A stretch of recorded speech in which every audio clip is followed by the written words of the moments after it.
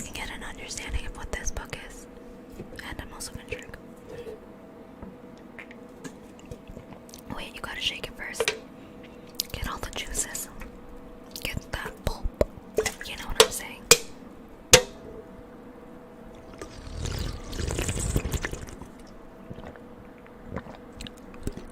Oh.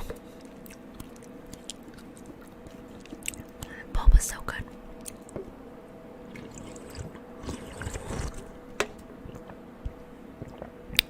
Okay, let's get into it. You have to murder at least 3 people to be called a serial killer. The Magpie Man is looking for his 14th victim. When Jess was 7, her mother was murdered by Magpie Man. She was the first of his victims, but not the last. 10 years later, the killer is still at large, and Jess applies to appear on an internet reality show, in which she'll be filmed once a week for a whole day. All her social media, every text, and all personal interactions will be seen by viewers. She knows this is her chance to remind the public of what she has lost and to finally find the vital clue that will lead her to her mother's killer. When the show starts airing, Jess becomes public property, and her life is open book, just waiting to be read. Then, the anonymous text messages start, and Jess begins to realize that the Magpie Man is watching her every move. Told in short, intense chapters, Jess's story is about risking everything to uncover a killer before he can strike again, even if she might be his next victim. So that's the book.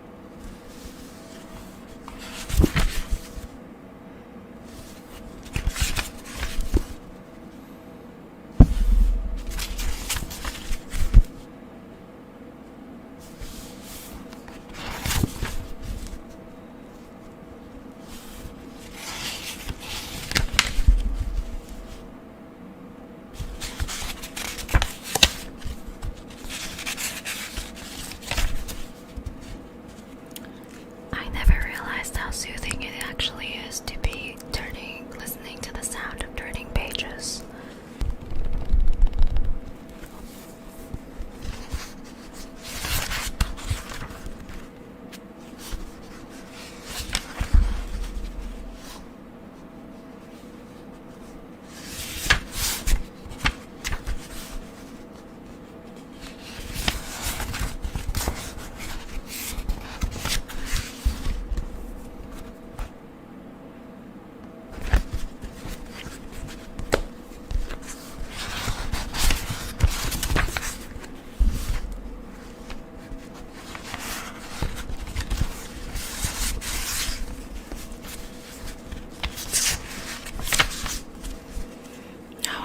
Does it sound? I hope it sounds crisp and loud for you guys. Especially since it's a new book.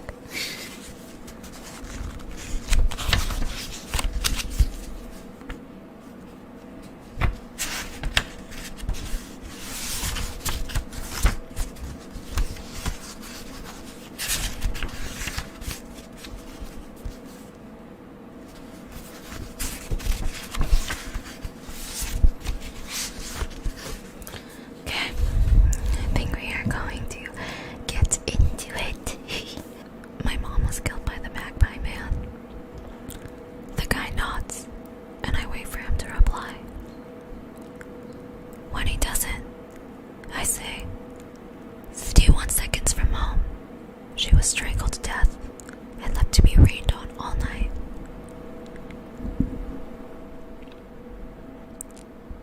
They say to start with a bang, and that's the biggest one I've got. The man man types words I can't see while the woman stares at me. I was 7, I say. I'm 17 now. The man clears his throat and asks, do you think you're the only applicant to have lost a parent? I shrug. You're not. But you are the only applicant whose mother was a victim of a serial killer. The woman writes something on a notepad and pushes it towards him. He nods and says, we'll be in touch.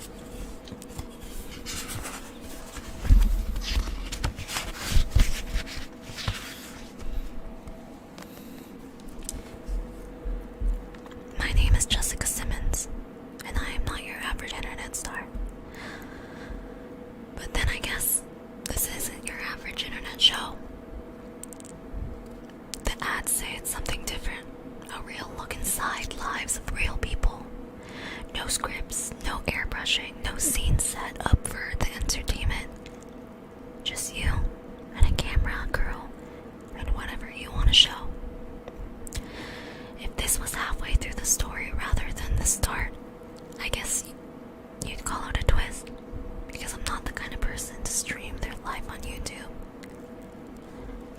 You'll have to take my word for it, and this is out of character for me.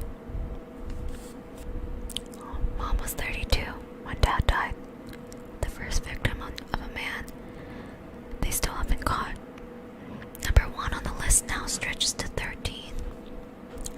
So if you ask why I want to be one of the 5 people to star in the new online show about them and only them, it's pretty simple. I want to catch the Magpie Man, and this is how I'm going to do it.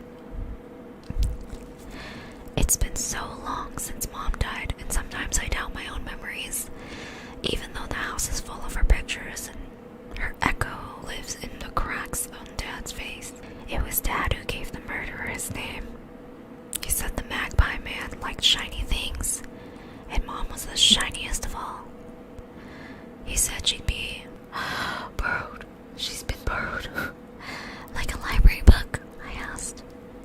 It said, sort of, but without a date to bring her back. That's really sad. That's a really sad way to explain that. Now I realize it was for the benefit as much as mine. When a husband loses his wife, the last thing he needs is a kid asking questions. When you're 7, you don't think your dad's full of shit, because he's the person who hugs you and kisses you and keeps you safe. Why would he lie? He should have said that was a little secret, but he didn't. So I told everyone at school that the pretty moms would all be taken eventually, and Dad got called in for that. Damn. Then when I was 11, taking the bus home from school for the first time, we passed the shop where Mom used to work.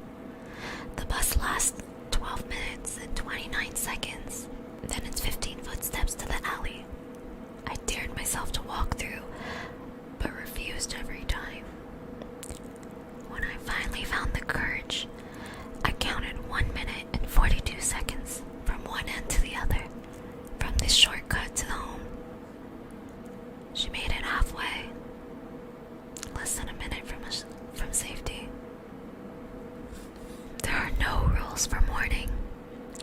When Mom died, the house felt gray and haunted, and Dad didn't look like himself anymore. One day, all the pictures of her disappeared, gone as suddenly as she was. It was Dad's way of preparing me for the truth he couldn't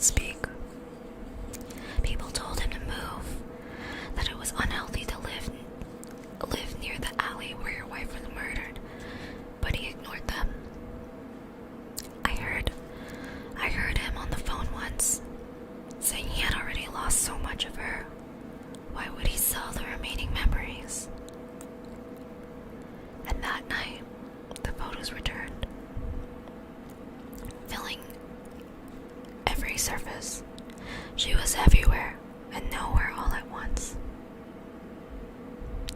I cried, but they weren't real tears. I was copying the sadness of others rather than feeling my own. I believed Mom would come back, convinced she would be next to knock at the door, the next phone call, the next hug from the line of strangers whose touch felt so different from hers. People told Dad to send me to therapy, but again, he ignored them. Grief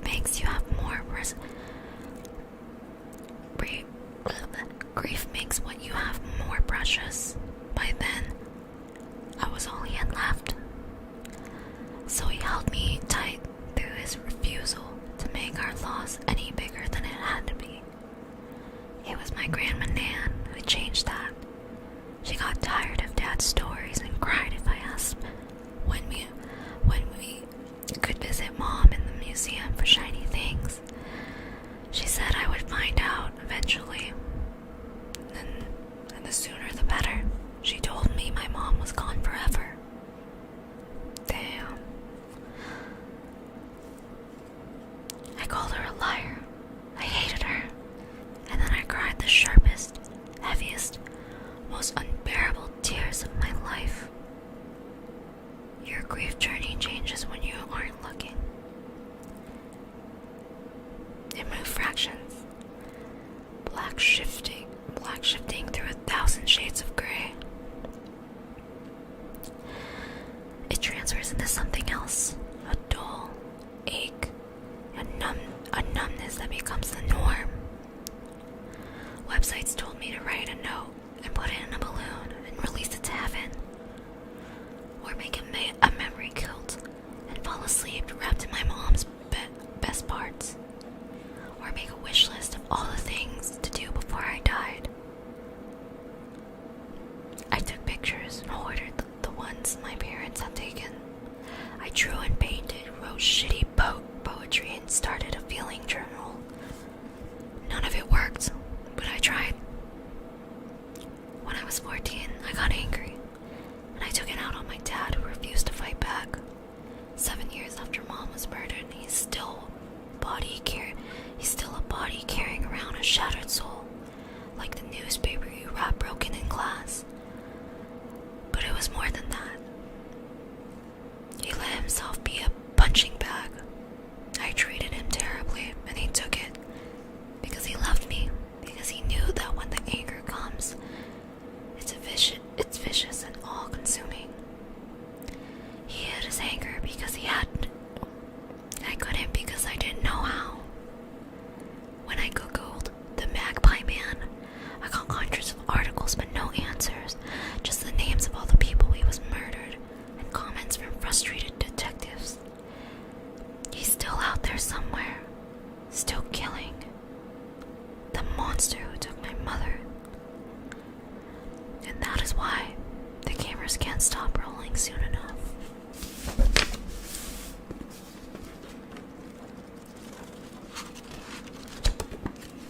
Okay.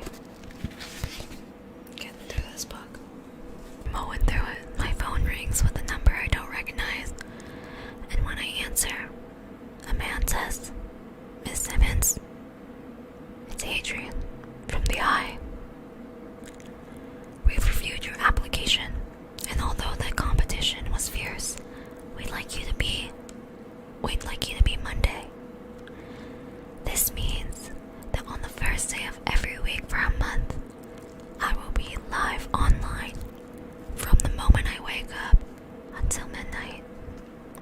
If I'm not a complete flop, 1 month will become 3. The show is about real lives with unique twists. That's what the application form said.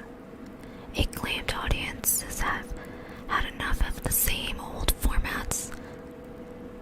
I don't know if that's true, but I need to give it my best shot.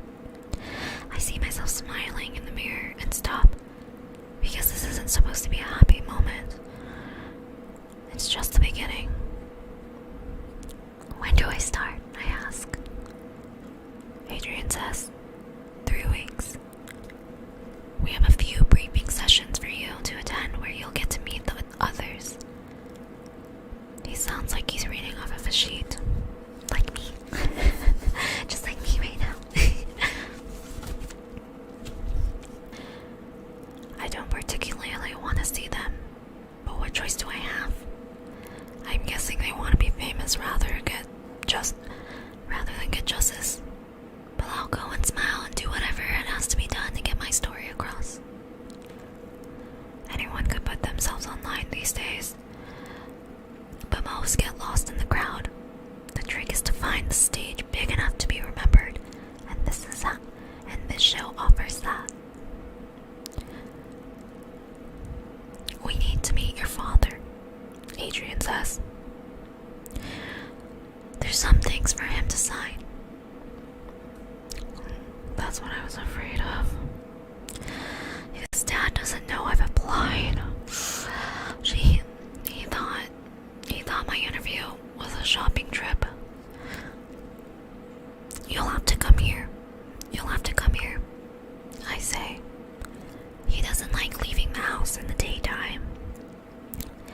This isn't a lie. Dad prefers it when it's quiet outside. He shops when the supermarket is empty. He doesn't like crowds or conventions. 3 times a week, he works night shifts in the factory. Not because he has to, but because we all need an escape sometimes. I hope you two people are too busy to visit normal people's houses just to get a signature. I hope they send paperwork and I can forge Dad's scribble and have more time to wear him down. But without a pause, Adrian says, "No problem. We'll see you tomorrow." Shit. Before he hangs up, he says, "We have high hopes for you, Jessica." I'm glad someone does. Dang. I have Jessica's personality, I just know it.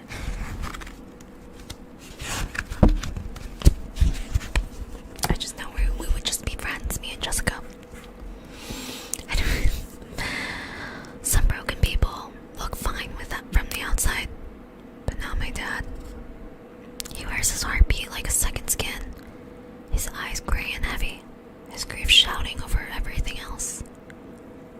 "Hey," I say. He nods, puts his lips together in his best attempt at a smile. "I have something to ask." He reaches out from the remote and mutes the TV. I take a deep breath, almost chicken out, and then say, "I've applied for a show. It's called The Eye." He sighs and says, "Okay. It's on YouTube, and I'll be filming my life, and they need your permission."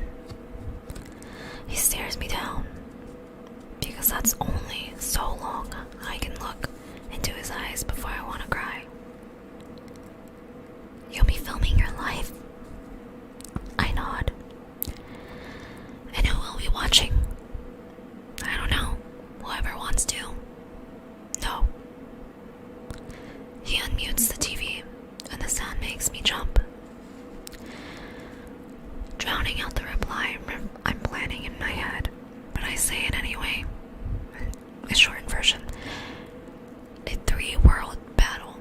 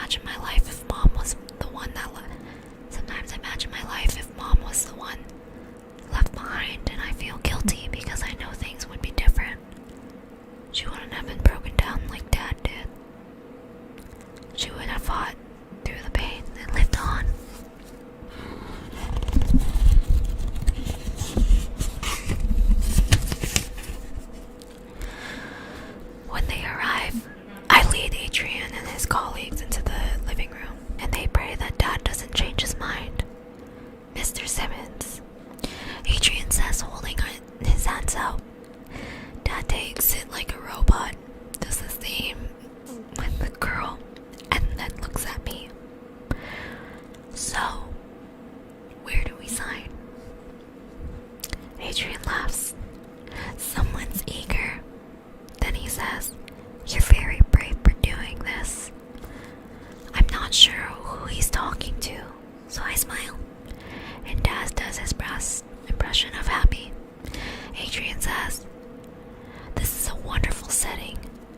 He's walking around the living room, going over to touch things. Then he stopped at the last minute, nodding to himself and pointing at random places. The girl must know why, because whenever he points, she writes something down on her iPad. "This is my assistant, Lauren," Adrian says. She looks about my age, and when she rolls her eyes, I smile and imagine her being Adrian's boss one day. He has a slap-worthy grin on his face, and he's treating our living room like a movie set. But that's a small sacrifice if that means finding the Magpie Man. When we sit down, I grip my hands together in my lap, hoping no one sees them shaking. We're here to explain the process, Adrian says, to ensure your family is aware of the all-encompassing natures of the show. This is about 5 young adults that sorry. Okay. This is about 5 young adults who have experienced something extraordinary. People with stories to tell. It's the first reality show of its kind, truly, for the online generation. The camera crew will start filming before Jessica wakes up. At least that's what the audience will think. We'll stage that part, unless you're a heavy sleeper. There will also be a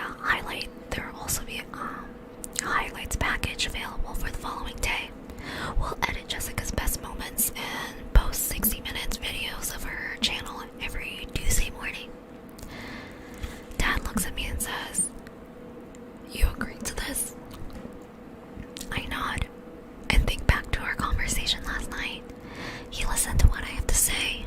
He sat in silence as I explained why this could help us to find answers. If I reach enough people, I might actually find a witness, or a clue or something. I'd say, "We can do this. All we need is a platform." He didn't reply for a long time, and when he did, it wasn't what I wanted to hear. "I'll talk to them," he said, "but no promises."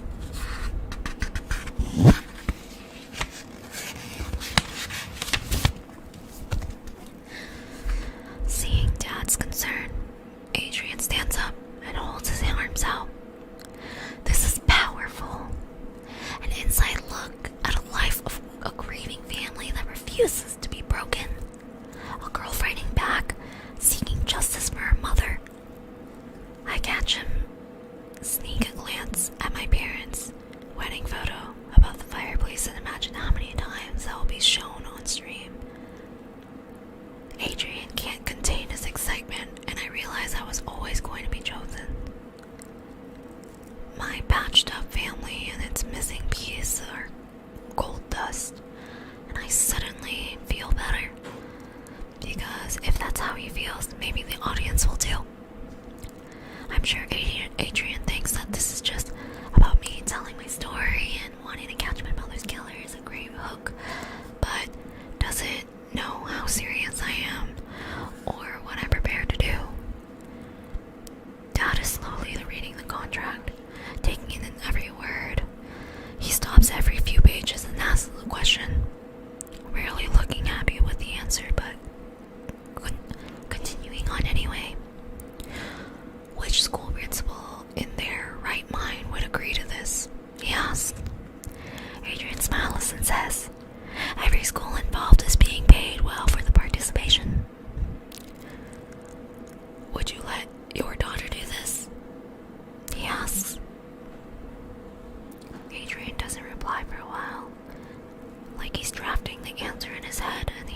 me says, if I had one, I would worry too. Then why should I say yes?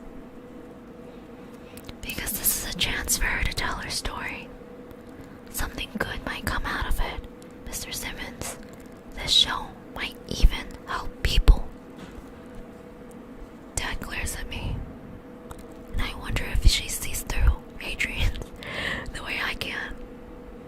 Finally, he lays the contract on the table and says, we're gonna need some time. Adrian smiles, but it wobbles on the edges. We don't have much of that. Ignoring him, looking straight at me, Dad says, there are some things we need to discuss. Adrian and Lauren exchange a look and then stand. There's a get-together on Saturday. Adrian says, there's a chance to meet the other stars. He calls them that, not me. Adrian looks at my dad and says, I understand this is difficult, but we wouldn't have picked Jessica if we didn't think this would be a hit. Dad stares at me, and I see a flicker of his fight. I said, we need some time.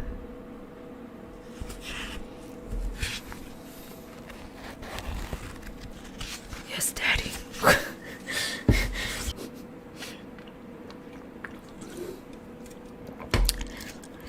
That's when you need to shut up and listen. Okay. I'm gonna read this last chapter and then we're going to wrap it up. Mother's gonna juicy. Oh gosh, I cannot feel my leg. No, I can't feel my leg. Hi Moldy, how you doing? My notification still never came through. I need to try and fix it. Oh my gosh, that's crazy. I'm sorry. That's really weird. I hope it's not something on my end. I hope it's not something on my end that I need to fix, but let me know if it's something on your end that's not. Hi Moldy. You know, I am the same way, and that's why I'm doing this as an ASMR stream so that I can read a book with you guys, but this tends to make people sleep, so it's all good. Okay. Chapter 9. Ready?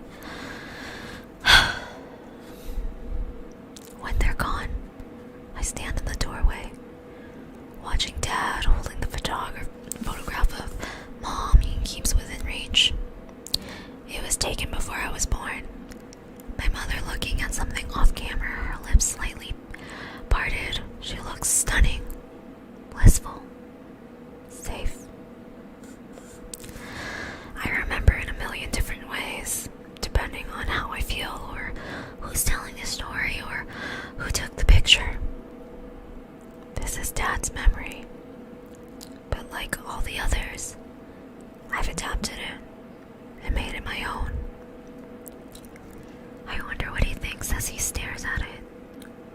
If he feels sad, if he feels sad that she's not around to make these decisions for him. If he blames her absence for my actions.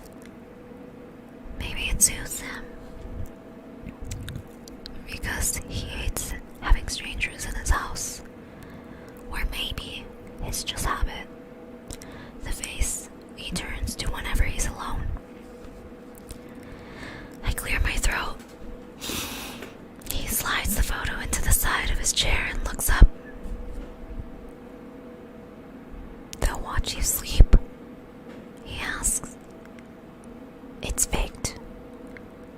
We let them in and I pretend to wake up. It's not as bad as it sounds, and the camera stops filming at midnight. I'll be in control. Dad shakes his head, but I keep going. I have a chance to do something. We have a shot at justice. Dad's shoulders sag, and he breathes deeply. There's no such thing as justice. He reaches for the remote, but before he can end this conversation, No, I'm not letting you ruin this. He looks at me with genuine shock, because this isn't how we speak to each other anymore. We don't shout. We don't disagree. We used to when he soaked up my anger like a sponge. But over the last few years, we've learned to live in a quiet kind of turmoil. Dad doesn't deserve my drama, but today is different. If he doesn't sign the contract, another parent from another applicant will, and I'll lose my chance. There is such thing as justice, I say. We've never seen it, but it exists. And this show might be our only chance. It's been 10 years, and he's still out there. He's still killing, and he won't stop unless something changes. Remember when Mom used to say about making yourself the hero of a story? This is our story, and we need to try. I see the tears foaming in Dad's eyes. I could stop, but I'm done stopping. We could have 3 months to remind everyone what happened to us. We could put our story everywhere, talk about every single week, and ensure it stays newsworthy. And we could do what the police couldn't. There are clues out there, Dad. Someone knows something. Go to him and pull the photograph from the chair and hold it up. She wants justice. I say, she needs it. We all do. Please. I let the last words hang there, begging to be rescued, until finally, Dad takes the photo from me, stares at his favorite memory, and says, "Okay." Yay. Ta-da! And that is our first 10 chapters, I guess. I don't understand. I'm sorry if I haven't read many books, which I haven't. It's crazy because like the chapters are literally like a page, and I don't really get that, but yeah. So we're gonna blow through this bad baby. Okay, we're on chapter 10 if that's the case. But yeah, we are all done for today's ASMR stream. I hope you guys liked the book. I know it's kind of different from my usual ASMR streams, but I thought it would be really fun to read something and, you know, paint an image for you, for some of you that are working, some of you that are streaming, some of you that are just cooking, or even just like listening to me while you're trying to fall asleep. I hope you guys really enjoyed that. And if not, you know, let me know. Yeah, I will keep going until you guys kind of tell me to stop. Because I want to keep going with this book too. The book is really interesting. Sorry if you guys joined in a little bit later, but this live stream will be saved on my YouTube channel, so go check that out, okay? Go check that out. And I will see you guys next Monday for the continuation of the book. Alright. Again, remember streaming every Monday around 7:30 p.m. PST. I will see you guys next week. Thank you so much for coming through. And if you are free tomorrow, I stream also on Twitch at twitch.tv/Akira